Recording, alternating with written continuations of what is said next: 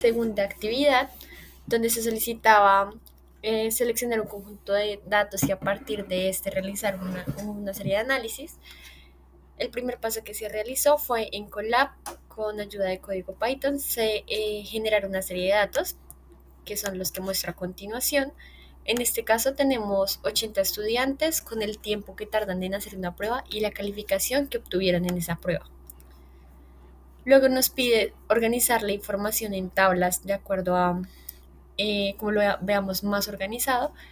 Y acá generamos 4 tablas diferentes. La primera nos muestra la duración del examen y la cantidad de personas que tuvieron, que tardaron estos tiempos en resolver el examen. Igual las notas, las calificaciones y la cantidad de personas que tuvieron estas notas. Acá tenemos la relación, la correlación entre estas dos variables que más adelante lo vamos a profundizar, donde nos muestra el tiempo que tardan y la calificación que obtienen. Y finalmente los box plots, que nos muestran el tiempo y la calificación. Entonces acá donde se acumulan los datos de el tiempo, cuánto se demoraron. Entonces vemos que están más o menos entre 60 y 100 minutos y la calificación que obtuvieron entre 60 y 78. Posteriormente, eh, organizamos los datos en una tabla agrupada, calculando primero la amplitud del intervalo, la marca de clase, organizando las clases y encontrando el límite inferior y el límite superior de cada agrupación de datos. Y aquí finalmente encontramos la frecuencia relativa. Y acá tenemos la siguiente parte donde nos piden calcular medidas de tendencia central como la media, la mediana y la moda. En este caso, la moda nos da 60, siendo el dato que más se repite entre las calificaciones de los estudiantes. La mediana, que sería el dato central entre las 80 calificaciones que se tienen, es de 64,8 y la media 67,31, que nos dice que en promedio las notas de los estudiantes se acercan a este valor. Mm, Luego, en la siguiente sección, procedimos a calcular los cuartiles, deciles y percentiles. Acá tenemos los cuartiles que nos indican entonces que el 25% de los datos se encuentran en valores inferiores a 59. El 50% de los datos tienen valores hasta 66,25 y el 75% de los datos tienen valores inferiores a 76,62. Entonces acá podemos ver la distribución de los datos y esto nos dice más o menos entre qué cantidades se encuentra la nota de este examen. De igual forma lo podemos ver con los deciles. Aquí podemos comparar, por ejemplo, el decil, el decil 5, que sería el mismo 50%, y nos damos cuenta que corresponden al mismo valor, el 66,2, que nos dice igualmente que el 50% de los datos se encuentran por debajo de 66,2.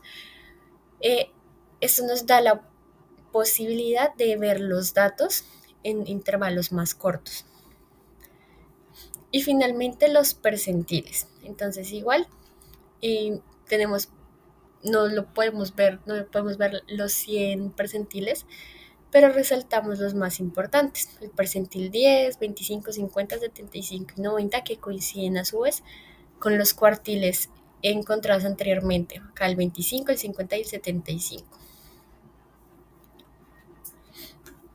Luego calculamos algunas medidas de dispersión.